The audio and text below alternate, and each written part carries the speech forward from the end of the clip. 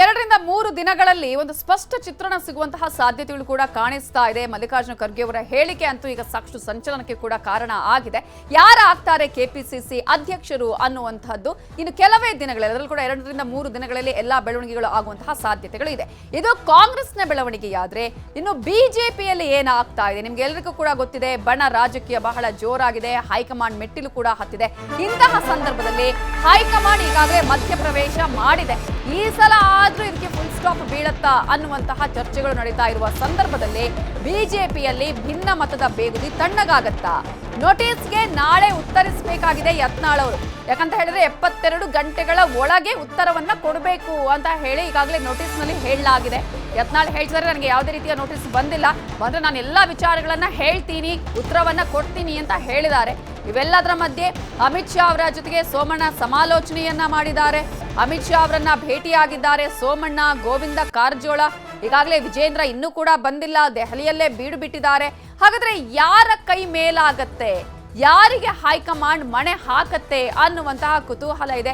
ಯಾವ ರೀತಿಯಾಗಿ ಮದ್ದು ಅರಿಯತ್ತೆ, ಎರಡೂ ಬಣಗಳ ಈ ಬಣ ರಾಜಕೀಯಕ್ಕೆ ಹೇಗೆ ಈಗ ಶಮನ ಮಾಡುವಂತಹ ಪ್ರಯತ್ನ, ಬೆಂಕಿಯನ್ನ ಈಗ ಅಂದ್ರೆ ಬೆಂಕಿ ಇದೆ ಆಲ್ರೆಡಿ, ಇದಕ್ಕೆ ಈಗ ಎಲ್ಲವನ್ನ ಶಮನಗೊಳಿಸುವಂತಹ ಪ್ರಯತ್ನ ಹೈಕಮಾಂಡೇ ಮಾಡಬೇಕಾಗತ್ತೆ. ಹಾಗಾದ್ರೆ ರಾಜ್ಯಾಧ್ಯಕ್ಷರಾಗಿ ವಿಜೇಂದ್ರ ಅವರೇ ಇರ್ತಾರಾ? ಇದು ಕೂಡ ಸಾಕಷ್ಟು ಕುತೂಹಲಕ್ಕೆ ಕಾರಣ ಆಗಿದೆ. ಇದರ ಬಗ್ಗೆ ಡೀಟೇಲ್ಸ್ ಅನ್ನ ಕೊಡೋದಕ್ಕೆ ನಮ್ಮ ರಿಪೋರ್ಟರ್ ಕಾರ್ತಿಕ್ ಈಗ ನೇರ ಸಂಪರ್ಕದಲ್ಲಿ ಜಾಯ್ನ್ ಆಗಿದ್ದಾರೆ. ಕಾರ್ತಿಕ್, ಈಗಾಗಲೇ ಬಿಜೆಪಿಯ ಬಣ ರಾಜಕೀಯ ಈಗ ಹೈ ಅಂಗಳದಲ್ಲಿ ಇರೋದ್ರಿಂದ ಒಬ್ಬೊಬ್ಬರನ್ನಾಗಿ ಮಾತನಾಡಿಸ್ತಾ ಕೂಡ ಇದ್ದಾರೆ ಹೈಕಮಾಂಡ್ ನ ನಾಯಕರು. ಈಗಾಗಲೇ ಸೋಮಣ್ಣ, ಗೋವಿಂದ ಕಾರಜೋಳ ಕೂಡ ಭೇಟಿಯಾಗಿದ್ದಾರೆ. ಯಾವ ರೀತಿಯಾಗಿ ಮದ್ದನ್ನ ಅರಿಬಹುದು? ಬಿಜೆಪಿ ರಾಜ್ಯಾಧ್ಯಕ್ಷರಾಗಿ ವಿಜೇಂದ್ರ ಅವರನ್ನೇ ಕಂಟಿನ್ಯೂ ಮಾಡುವ ಸಾಧ್ಯತೆಗಳು ಎಷ್ಟರ ಮಟ್ಟಿಗೆ ಕಾಣಿಸ್ತಿದೆ? ಖಂಡಿತ ಅನಂತ. ಪ್ರಮುಖವಾಗಿ ರಾಜ್ಯ ಬಿಜೆಪಿಯಲ್ಲಿ ಎದ್ದಿರ್ತಕ್ಕಂತಹ ಬಣ ಸಂಘರ್ಷಕ್ಕೆ ಈಗ ಹೈಕಮಾಂಡ್ ಎಂಟ್ರಿಯಾಗಿ ಒಂದು ಹಂತದಲ್ಲಿ ಬಣ ಸಂಘರ್ಷವನ್ನ ತಣ್ಣಗಾಗಿಸಿದೆ ಅಂತಲೇ ಹೇಳ್ಬೋದು.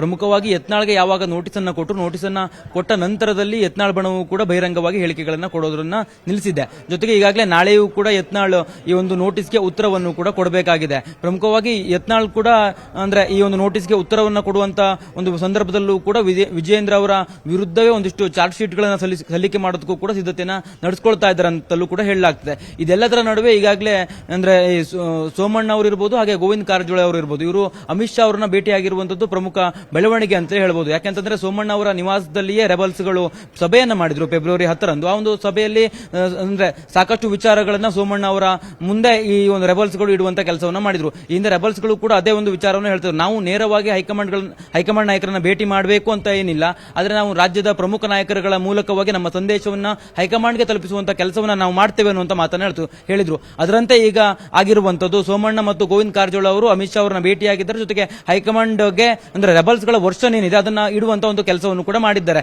ಈ ನಡುವೆ ವಿಜೇಂದ್ರ ಕೂಡ ದೆಹಲಿಯಲ್ಲೇ ಬೀಡು ಬಿಟ್ಟಿರ್ತಕ್ಕಂಥದ್ದು. ವಿಜೇಂದ್ರ ಕೂಡ ಶತಾಯಗತಾಯ ಪ್ರಯತ್ನಗಳನ್ನ ಮಾಡ್ತಾ ಇದ್ದಾರೆ. ರಾಜ್ಯಾಧ್ಯಕ್ಷರಾಗಿ ತಾನೇ ಮುಂದುವರಿಬೇಕು ಅನ್ನುವಂತ ಒಂದು ನಿಟ್ಟಿನಲ್ಲಿ ಅವರು ಪ್ರಯತ್ನ ಮುಂದುವರೆದಿದೆ. ಜೊತೆಗೆ ಅವರ ಬಣದ ಒಂದು ಸಭೆಯೂ ಕೂಡ ಇವತ್ತು ನಡೀಬೇಕಿತ್ತು, ಆದ್ರೆ ಆ ಒಂದು ಸಭೆಯನ್ನು ಕೂಡ ಹೈಕಮಾಂಡ್ ಯಾವಾಗ ಯತ್ನಾಳ್ಗೆ ನೋಟಿಸ್ ಕೊಡ್ತು ಅದರಿಂದ ಎಚ್ಚೆತ್ತುಕೊಂಡಂತೆ ಕಾಣ್ತಾ ಇದೆ. ಹಾಗಾಗಿ ವಿಜೇಂದ್ರ ನಿರ್ದೇಶನದ ಮೇಲೆಗೆ ಅಂದ್ರೆ ವಿಜೇಂದ್ರ ಆಪ್ತರು ಕೂಡ ಇವತ್ತು ನಡೆಸಬೇಕಿರತಕ್ಕಂತ ಸಭೆಯು ಕೂಡ ಇವತ್ತು ಕ್ಯಾನ್ಸಲ್ ಆಗಿರುವಂತದ್ದು. ಪ್ರಮುಖವಾಗಿ ವಿಜೇಂದ್ರ ಅಂದ್ರೆ ಜಾತಿ ಲೆಕ್ಕಾಚಾರ ಇರಬಹುದು, ಜೊತೆಗೆ ಈಗಾಗಲೇ ಮಾಡಿರತಕ್ಕಂತ ಒಂದಿಷ್ಟು ಕೆಲಸಗಳನ್ನ ವರಿಷ್ಠರ ಮುಂದೆ ಇಟ್ಟು ಆ ಮೂಲಕವಾಗಿ ತಾನು ಮತ್ತೆ ರಾಜ್ಯಾಧ್ಯಕ್ಷರಾಗಿ ಮುಂದುವರಿಲೇಬೇಕು ಅನ್ನುವಂತ ಒಂದು ಪ್ರಯತ್ನಗಳನ್ನ ಮಾಡ್ತಾ ಇದ್ದಾರೆ. ಇಲ್ಲಿ ಪ್ರಮುಖವಾಗಿ ಗಮನಿಸಬೇಕು, ವಿಜೇಂದ್ರ ಅವರನ್ನೇನಾದ್ರೂ ಕೆಳಗಿಳಿಸುವಂತ ಒಂದು ಸಂದರ್ಭ ಎದುರಾದ್ರೆ ಬಿಜೆಪಿಗೆ ಸಾಕಷ್ಟು ಸಮಸ್ಯೆಗಳು ಕೂಡ ಎದುರಾಗತ್ತಾ. ಯಾಕಂದ್ರೆ ಈಗಾಗಲೇ ಯಡಿಯೂರಪ್ಪನವರನ್ನ ಕೆಳಗಿಳಿಸಿ ಅಥವಾ ಯಡಿಯೂರಪ್ಪನವರಿಗೆ ಅಷ್ಟು ಮನ್ನಣೆಯನ್ನ ಕೊಡದೆ ಚುನಾವಣೆ ಎದುರಿಸಿದಂತಹ ಸಂದರ್ಭದಲ್ಲಿ ಬಿಜೆಪಿ ರಾಜ್ಯದಲ್ಲಿ ಫೇಲ್ ಆಗಿದೆ. ಹಾಗಾಗಿ ಇಂತಹ ಒಂದು ಚಾನ್ಸ್ ಅನ್ನ ಇನ್ನೊಮ್ಮೆ ತೆಗೆದುಕೊಳ್ಳುವಂತಹ ಒಂದು ಹಂತಕ್ಕೆ ಬಿಜೆಪಿ ಹೈಕಮಾಂಡ್ ಹೋಗುವಂತಹ ಸಾಧ್ಯತೆಗಳು ಕೂಡ ಕಡಿಮೆ ಇರುವಂತದ್ದು. ಜೊತೆಗೆ ಇಲ್ಲಿ ಲಿಂಗಾಯತ ಸಮುದಾಯದ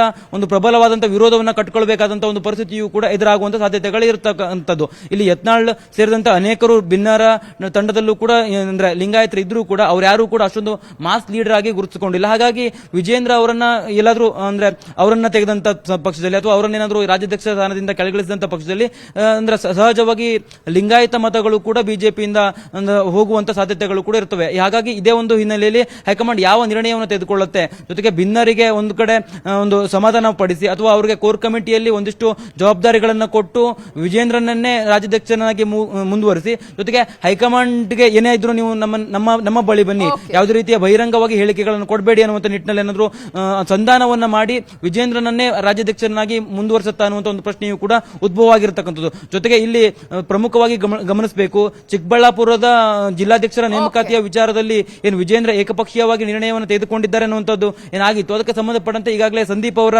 ಒಂದು ಅಧ್ಯಕ್ಷ ಸ್ಥಾನವನ್ನು ಕೂಡ ತಡೆ ಹಿಡಿದಿರುವಂತದ್ದು. ಇಲ್ಲಿ ಈ ಹೈಕಮಾಂಡ್ ಸ್ಪಷ್ಟವಾಗಿ ಸಂದೇಶವನ್ನು ಕೊಟ್ಟಿದೆ. ಅಂದ್ರೆ ವಿಜೇಂದ್ರ ರಾಜ್ಯಾಧ್ಯಕ್ಷ ಆಗಿದ್ರೂ ಕೂಡ ಅವರು ಅಂತಿಮ ಅಲ್ಲ, ಹೈಕಮಾಂಡ್ ಎಲ್ಲವನ್ನು ಕೂಡ ಗಮನಿಸ್ತಾ ಇರುತ್ತೆ, ಹೈಕಮಾಂಡ್ ನ ನಿರ್ಣಯ ಅಂತಿಮ ಆಗಿರುತ್ತೆ ಅನ್ನುವಂತ ಒಂದು ಸ್ಪಷ್ಟ ಸಂದೇಶವನ್ನು ಕೊಟ್ಟಂತೆ ಕಾಣಿಸ್ತಿದೆ. ಹಾಗೆ ಇದೇ ರೀತಿಯಾಗಿ ಮುಂದೆ ಅಂದ್ರೆ ಏನಾದ್ರು ಮರು ಆಯ್ಕೆ ಮಾಡಿದಂತ ಸಂದರ್ಭದಲ್ಲೂ ಕೂಡ ಈ ಒಂದು ರೆಬಲ್ಸ್ ಗಳಿಗೆ ಒಂದು ಅವಕಾಶವನ್ನು ಕೊಟ್ಟು ಏನೇ ಸಮಸ್ಯೆಗಳು ಎದುರಾದಂತಹ ಸಂದರ್ಭದಲ್ಲಿ ನಮ್ಮ ಬಳಿ ಬನ್ನಿ ಅಥವಾ ಉಸ್ತುವಾರಿಗಳ ಮೂಲಕವಾಗಿ ನಮ್ಮ ಗಮನಕ್ಕೆ ತನ್ನಿ, ಆ ಸಂದರ್ಭದಲ್ಲಿ ನಾವು ನಿಮ್ಮ ಸಮಸ್ಯೆಯನ್ನು ಬಗೆಹರಿಸುವಂತ ಕೆಲಸವನ್ನು ಮಾಡ್ತೇವೆ, ಎಲ್ಲರೂ ಕೂಡ ಒಗ್ಗಟ್ಟಾಗಿ ಚುನಾವಣೆಯನ್ನು ಎದುರಿಸಿ ಅನ್ನುವಂತ ಒಂದು ಸಂದೇಶವನ್ನ ಕಳುಹಿಸುವ ಮೂಲಕವಾಗಿ ವಿಜೇಂದ್ರ ಅವರನ್ನೇ ಮತ್ತೆ ಮರು ಆಯ್ಕೆ ಮಾಡುವಂತ ಸಾಧ್ಯತೆಗಳು ಕೂಡ ಹೆಚ್ಚಾಗಿರುವಂತದ್ದು. Navita Jain. Thank you Karthik detail